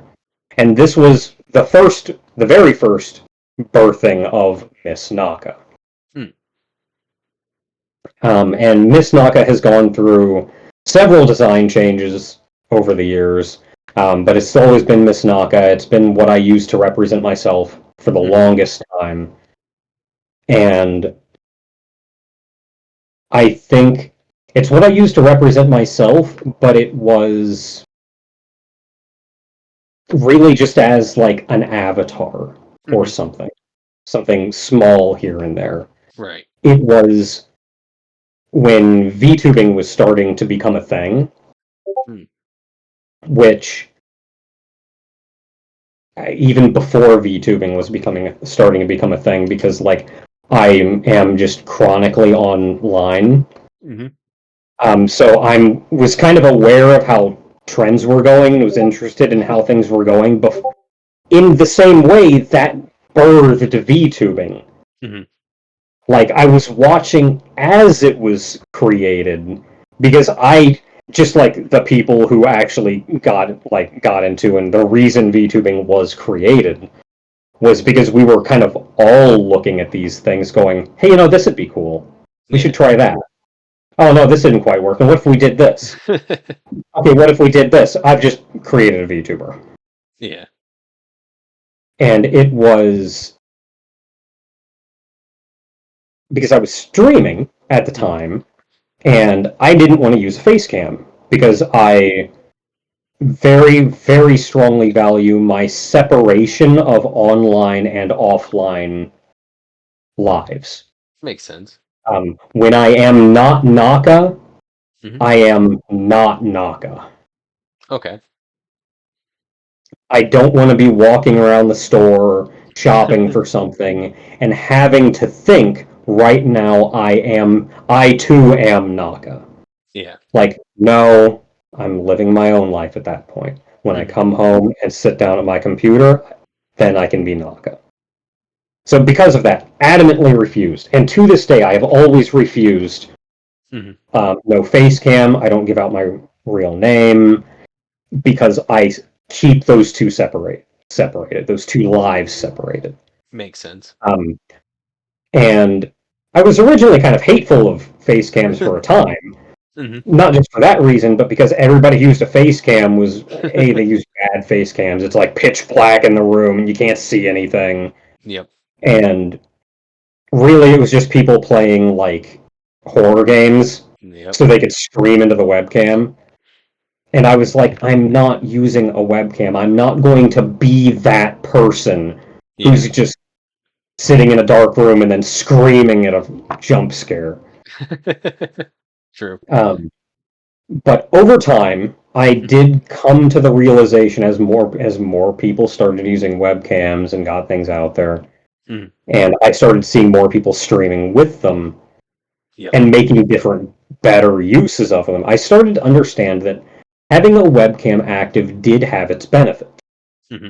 Because instead of just hearing my voice, and for the longest time, I was also like, I'm here to show you the game. Right. I don't want you to focus as much on me. And that kind of bothered me about some other people who made videos with webcams. Right. Was like, they're saying, I am the draw. You're here for me. And I've I'm the always center. viewed that as a little like almost egocentric. Hmm. And some people I've felt that more strongly than others, like especially when Minecraft took off. Yeah. Like that was very much you're watching for me. Yep. Minecraft is just the medium in which I give you me. Yeah. And I hated that because like that game is your content. Right. Prop that game up, show it respect. Hmm. It's not just a background to you being a goofy person. Yep. Um, but over time, again, as I saw more people using webcams in different, better ways, I started to kind of realize that they did have its benefits. Hmm. And even though I do want to showcase the game, I am still an important part of that medium. Right. That I'm here. Hmm. Um, and that I have my own opinions and that I am trying to get my own points across and have proper discussions is important. Right. And we as a race are very visual people. A lot of communication is done through Hmm. face to face, through visual, like through facial expressions and Right. whatnot. And not having any kind of avatar was hurting that. Hmm. So I was going, okay, I'm going to try something. Hmm. Or more so that like I understood the issue. And it was somebody in my chat one time when I was streaming that said, oh, why don't you try something like Face Rig? Hmm. because like being a VTuber wasn't really a thing yet. Right. But face rig, I was like, okay, well, what's that? And it's effectively a VTuber program. It does what like I can do now, where I move around and I have a model that reflects me. But it came pre-packaged with a couple models. Oh, okay. And at the time, face rig was kind of just for like hecking around in voice chat or whatever. Like, look at me, I'm a cheeseburger. Yeah. Or some people could use it while streaming, but again, it was just kind of done for a cheap laugh. Yeah, yeah. Of like, hey, I'm streaming, I'm a corgi playing video games. How goofy that is. But I looked through all the models, and because I figured, like, I understand what they're talking about, I'll give this a look. And I looked through all the models, and I found a lady model that I was like, I could go with that. Let's give that a shot. So got face rig, started using that model, and I understood the benefits then of streaming with a model. I felt like I want to have a model to reflect me at this point, and I appreciate this. Right. So I'm going to go ahead and keep using this model. Over time, I did start to realize, A, this model is very bad. And B, I want something that is more my own than that. Makes So sense. how does one go about making a model? And by this point, VTubers have started to take off. You can start trying to find resources for VTubers, but really the only VTubers you generally saw were like big corporation VTubers. It wasn't an everyman thing yet. So when you're looking into resources like how do I be a VTuber, your resources are thin. Yeah. There was not a lot to go by. But one object that did exist, one program that did exist was it VTube Studio? Hold on. Pretty sure I have it installed, I think. Possibly. No, it was Vroid Studio. Oh, okay. Which Vroid Studio gave you kind of a generic model and let you kind of like in a character customization. You could kind of tweak the face a little bit here and there, do some things to it. They even gave you the option of changing the textures that are used, and then you can change the hair as well. There were a couple presets for hair, but one of the most powerful things was they had a hair painter tool where you could go like, yeah, I'm just going to paint hair down the side. Like I want a long one here and a thin one here and a short one here, and I want this one to curl outwards, and you could make your own model that way. Right.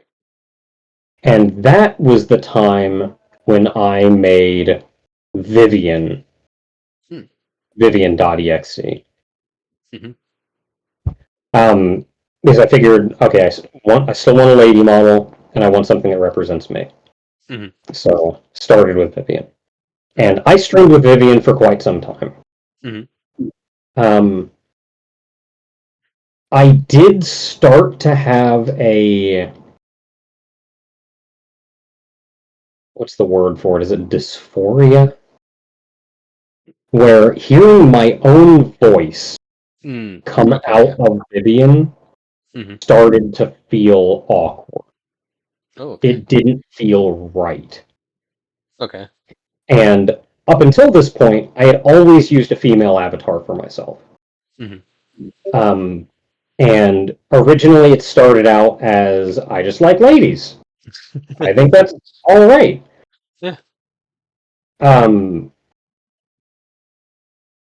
But I think over time it did start to turn into some like even gender identity issues.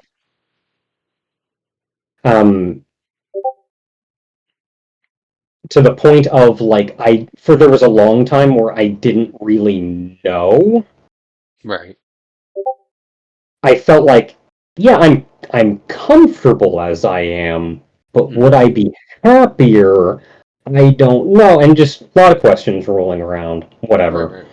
I didn't really like generally stress on them too much, Hmm. but a lot of that, like, okay, I'm going to use a female avatar, I'm going to use a female VTuber for Hmm. myself. A lot of that was me saying, I think I want a female representation Hmm. of myself. Um, and I point this out because it is actually kind of important to how things Yeah. go. Um,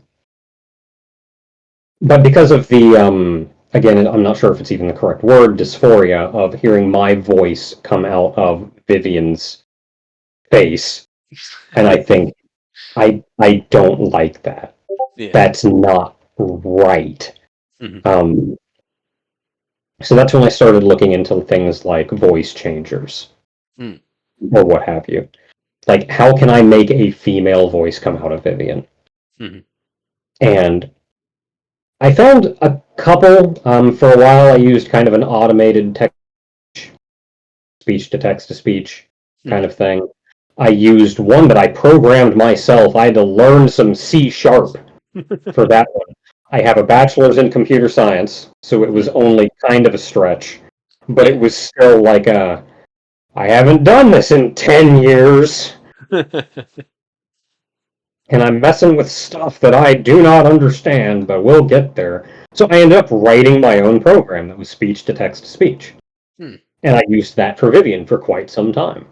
Hmm. And for myself, I ended up just going back to having just a little static bouncy image in the corner or whatever. Yeah. And it was, I guess it was kind of a very early version of a PNG tuber now, Mm. which is like two different images, like one when you're not speaking, one when you are. Okay. I guess it was a very early version of that, but it was just this little sprite Miss Naka Hmm. that was in the corner. Hmm. And I told I told myself that I was going to use this opportunity to kind of learn about myself. Okay. So streaming as Vivian was also kind of my way to experiment with myself and figure out what I was comfortable with and what I wanted to do. Hmm. Like, is this what I want? Is this where I want to go? Hmm. And I think also because once I gave Vivian her own voice, Hmm. I was kind of using that to express myself, but I also felt like once I gave her her own voice, that wasn't me anymore. Okay. Vivian became her own character. Oh. And then once she became her own character, now I felt like, well, I need something that represents me now, Hmm. which was the whole reason I was doing this in the first place. uh, yeah. So then I'm thinking, like, but what do I want to do? Hmm. What do I want that represents me? Do I want like a male avatar for something? And I no. Yeah. Whereas I felt like kind of comfortable, where I feel like I'm comfortable with a female avatar. I don't like the idea of my deep man voice coming out of it. It doesn't feel right to me. Right. Not to say for other people, what have you. Like Hmm. if you are a lady with a deep voice, or if you are trans and still have a deep voice, like you do you, nothing against you, Right. nothing wrong with that. It was entirely me as a representation of myself. I did not like that. Hmm. Um, so like, what the heck do I do to represent myself? And it eventually came back to a joke, a long time running joke Hmm. between like me and my community and Hmm. whatnot. Is back in the day when I was playing Newtopia 2, Hmm. um, while I was climbing up Medusa's tower, I started stumbling over my own words while I was speaking, and I had kind of trouble getting a sentence out. Hmm. And I kind of had to stop, and I had to say, I'm very sorry. English is not my first language. My first language is, in fact, Chocobo. Yep. And this in itself is reference to something that I saw in Final Fantasy XI. Mhm. Just while I was standing around in town, I heard somebody shout something out, and there's this feature in Final Fantasy XI, auto translate, Mm. where you can type a couple words or a phrase Yeah. and hit tab and choose an auto translated phrase from Mhm. that. And this is, of course, intended to use so you can speak to people of another language that speak another language. Mhm. But it kind of became a language of its own where people would interject it in places that would not make sense if you didn't know what was going on. Mhm. Like, you would say BRB, and then in auto translate, you would write throne room. Mm. You're going to the bathroom. So, BRB, throne room. That's great. Um, or you get something like someone would say, congratulations, which congratulations is all one Right. auto translate. But then someone else would say config in auto translate, and then after that, just type out ulations. So it's configulations. Or you'd get like carbuncleations. So it kind of just became a whole thing on its own. People used it all the time Mhm. just to communicate to each other for dumb reasons. And one thing that I saw was somebody in town shouted out, English, entirely in auto translate. English, I don't speak any. Japanese, Uh-huh. I don't speak any. Chocobo, I speak a little. That's good. And when I was climbing up the tower, that's what was going through my head when I said my first language is, in fact, Chocobo. Um, so that went for a while. Mhm. There were times when I had kind of a fake face reveal Mhm. via webcam while I was streaming. I have a very small Chocobo plush, Oh yeah, yeah. and I sat that down and I grabbed a Super Nintendo controller and I put it in his lap and I pointed a webcam at him. Yeah. And I would stream just with that in the corner like it was a webcam. Yep. It's like, that's just me. That's how I'm playing. Don't ask. I know I'm playing this game with Super Nintendo controller. Don't worry about it.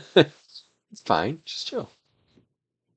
Yep. So that's then where I decided, like, okay, you know what? I'm a chocobo. So I need to make a model that represents me. Hmm. What's it going to be? Chocobo. There you go. Which actually, funnily enough, it actually reminds me back to something that my wife mentioned at one point, Hmm. which is we were just discussing like kind of bigger things, like I guess gender, like it's kind of things like gender identity, sexual orientation, that kind of thing. But Hmm. we were also discussing other things like just even how your body operates, like how your organs function. Like we were just going down the whole pipeline. Yeah. And one thing she mentioned to me at the time is she said, "You know what? You don't even want to have a body." And I thought, yeah, that's about right. I don't even want to be a person. Yeah. Like, what's my gender identity? I don't even want to be a person, man. So, like, okay, now I've ended up as a chocobo, and that whole thing, that whole conversation has come full circle. Yep. There you So I went to the trouble of, I found a ripped 3D model go. of a chocobo from Final Fantasy VII. Oh wow. Funnily enough, there are about 4 different chocobo models in Final Fantasy VII, depending on where you see the chocobo. I didn't There's know that. one that you can encounter on the overworld when you're walking around, like in towns. There's one you can encounter in battle. Hmm. There's one for the chocobo racing. Okay. And I think the one that you can summon with the chocobo materia is actually different from the one that shows up in battle when you fight them. Wow. But I had the idea of, like, I want a low poly. I want a low poly model because I think Hmm. that's cool. Yeah. Low resolution pixel art has always been neat. Low poly has always been neat to me. So I thought, like, a low poly VTuber. That sounds cool. So I got this low poly model ripped from Mhm. Final Fantasy VII, and when I got it, it was not rigged. It was not textured. Nothing. It was just a raw model. Mhm. So I textured it, I UV'd it, I rigged it, I put the facial things on, I put eyes on it so it could look around. Like, I made this thing that had no work done to it into a proper model. Hmm. And I streamed with that Chocobo model for quite a while. Mhm. How I got to where I am now is just when I sat back and said, I should probably make something that's not copyrighted. It's a good choice. And I'll take this opportunity to make something, because at this point I had wanted something humanoid. Mhm. Chocobo is a little bit difficult to deal with sometimes. And Understandable. I was also forward thinking, like, what if I ever wanted to import it into, like, I don't know, VR chat? Yeah, yeah. Which, again, I've never actually gotten in VR chat, but I thought, like, that would be neat to do. Mhm. So I want something humanoid, so let's make a humanoid bird model. Hmm.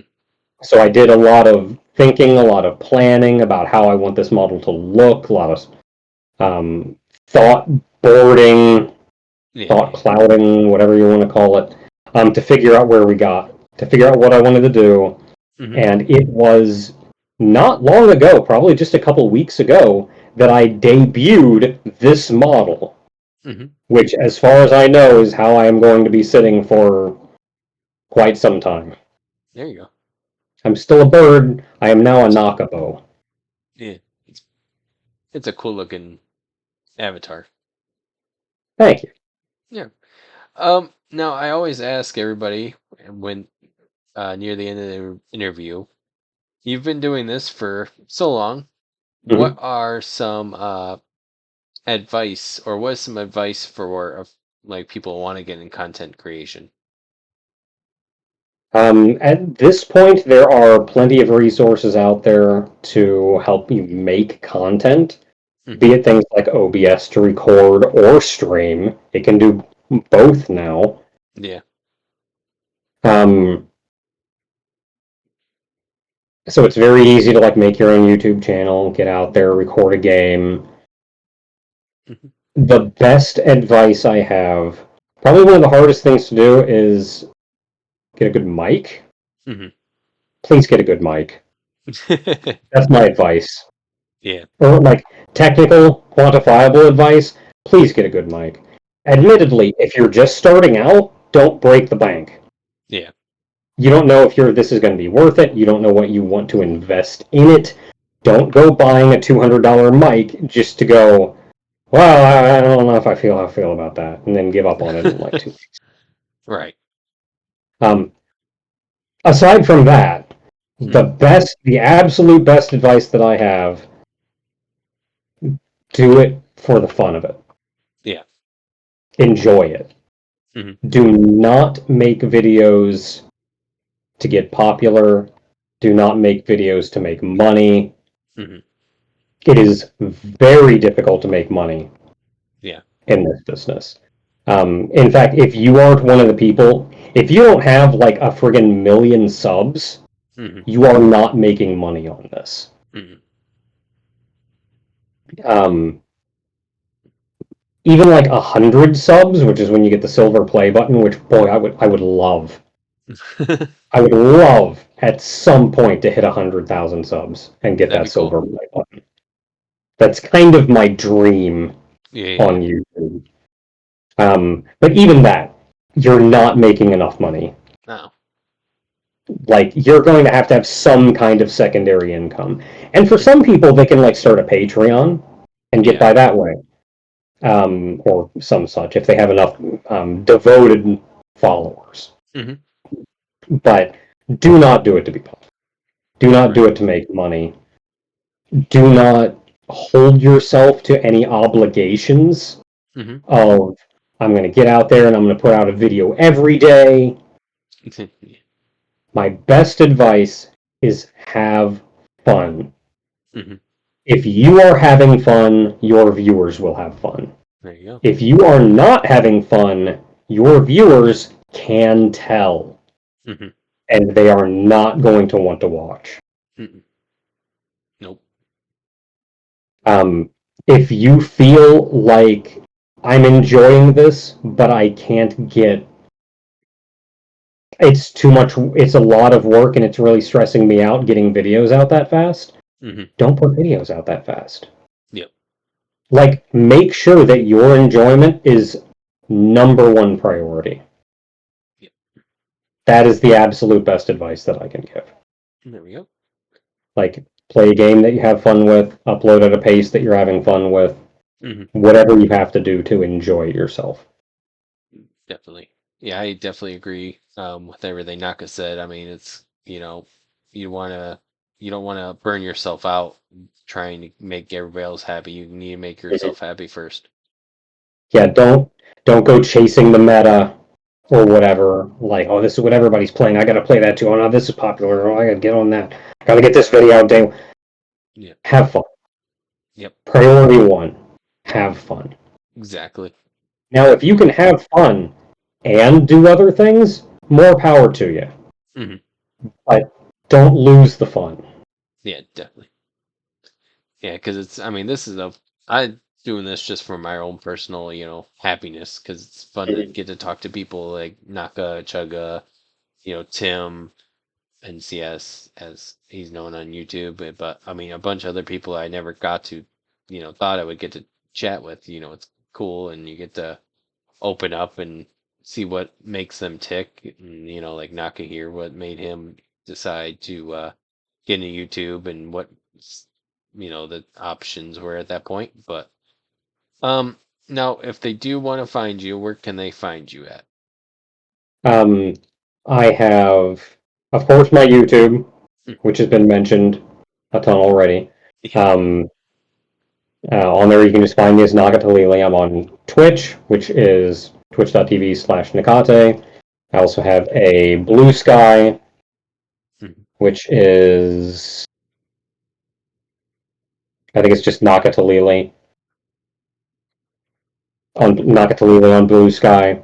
I have a Tumblr, which Tumblr may be Nakate. Hey, Tumblr. Why is it so hard to figure out what my own account is on this thing?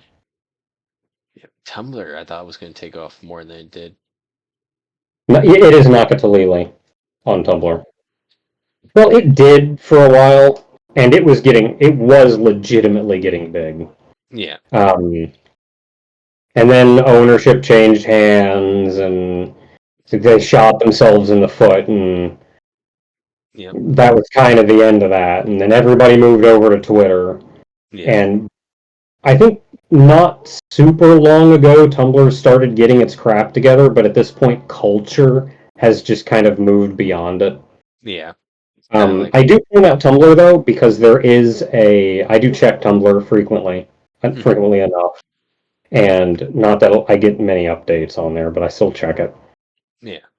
But I predominantly point that out because there is an ask function, Hmm. So if anybody ever has any questions, that's one place that I still get questions asked every now and then. There we go. And I try my best to respond to them. Other than that, we also have I have a Twitter, but I try my best to distance myself from Twitter. Twitter's starting to stink pretty good. Mhm. I also have a Discord where, I mean, not only do I have a Discord account, I have a Naka community Discord. Yep. It is Butt Naka, which is a whole sequence of in-jokes. Yep. Largely tying back to Dot Hack. Mhm. Yep. You can find the link to that. I used to put a link in the description of every video, but we started to get a lot of bots. Mhm. I'm trying to think how I can go about doing that again, because I feel like it's very difficult for the average person to find a link to the Discord right now. Right. I think the only place I publicly have the Discord linked is in the upper right header when I stream. Yeah. And all my YouTube streams are uploaded to YouTube, so they're all up there. If you can find any games that I've streamed, the playlists are usually either Chocobo streams or Nakabo streams. Mhm. Nakabo plays a game. The whole stream, there's a little banner in the upper right-hand corner, and in that banner is the Discord link. I wanted to make it something that you couldn't just swipe to select, because that's how the bots showed up. They Right. just found the text and data read it and then went into the website. I'm trying to figure out something else that can be done, though, because it needs to be more readily available. True. Yep, I understand that. I also have an email, which I don't even remember where I have publicly available, but you found it pretty quickly, so I'm sure people can find it easily enough if they need to. Yeah. Yep, it'd be easy. If you need to contact me, Mhm. probably the best way is just to ping me on Discord. Mhm. I have Discord open all the time, so I'll Yep. pretty much always see that if I'm around to see it. Mhm. My only warning, and I say warning as this is my own problem and I apologize for this, is not only am I busy relatively often, Mhm. I have to work a full-time job, or at Yep. least mostly full-time job. It's like 35 hours. Yeah. On top of making videos and streaming. And for the videos, I have to edit them. For the streams, I have to prep them. I have to upload. I have to take care of all of that. I also have a wife and a house to take care of. Right. There's a lot going on. Yep. And so I'm very frequently busy in one way or another. And to top all that off, I have some degree of social anxiety. Mhm. Where when someone messages me and asks a question, it is difficult to get me to respond to it, Mhm. even though I know it's a very easy thing to do. Like, oh yeah, just type out like it's a quick sentence. Like, oh yeah, blah, blah, blah, done, easy. Yeah. Um, I will not respond right away. Mm. I will wait like a day or so before I sit down with myself and say, all right, Naka, Yeah. you're going to answer that. And I'm like, do I have to? Yes. Answer it. Yep. So I apologize for that as well, because sometimes talking back and forth with me can get delayed. Oh no. And it's because I'm busy and I have social anxiety. No, you're good. Yeah, it was easy to get a hold of you after, because I wasn't sure. I sent the email and I was like, I wasn't not sure if that's actually his email, because it's like on YouTube, and I was like maybe he doesn't use that email anymore. Maybe he's a different one. I was like, I'm gonna check it because I seen you on Twitter. I was like, he's on Twitter. Let me try on Twitter. So at that point, I was like, yeah, I'm gonna find out just to make sure I didn't just send it to some random person. Even though it said it was still. So Yeah, and I did get the email first. yeah. I read it, and that's the whole time I'm like mulling it around in my head, like trying to build myself up to. All right, I got to write the response to this. I got. This is a big thing. This is an interview. Like, this isn't just like somebody saying hi. Like, Right. I'm going to do something. And then when you pinged me on Twitter, I'm like, okay, fine. Write the answer. Do it. Well, I am thankful that you decided to come on. Definitely have to do another one of these in the future because I feel like we just kind of touched the surface. Mm. And but I definitely like to get you back on here, even if it's just talk again and chit chat about anything. Um, but yeah, And of course, like I mentioned that I have social anxiety, so it's hard to get me into a conversation. yeah. It's hard to like get me to say something, do whatever. But I've also found if you can give me a topic Hmm. that I can ramble on, I will not shut up. Yep, I understand that. Yeah, I mean, it's real easy um talking to you because I mean, it just feels I'm just, amazed and listen and it's just like I'm learning all the stuff that I didn't know. It's the coolest thing in the world doing these. But I want to thank everybody for watching this episode. I know I've had a few that I've done back to back to back to back, so I promise I'm getting them out. It's just taking a little bit to edit because I'm a slow editor. I But feel you. thank you again, Naka. And thank you all for watching. And you all have a great night. Yeah, thanks for having me. All right.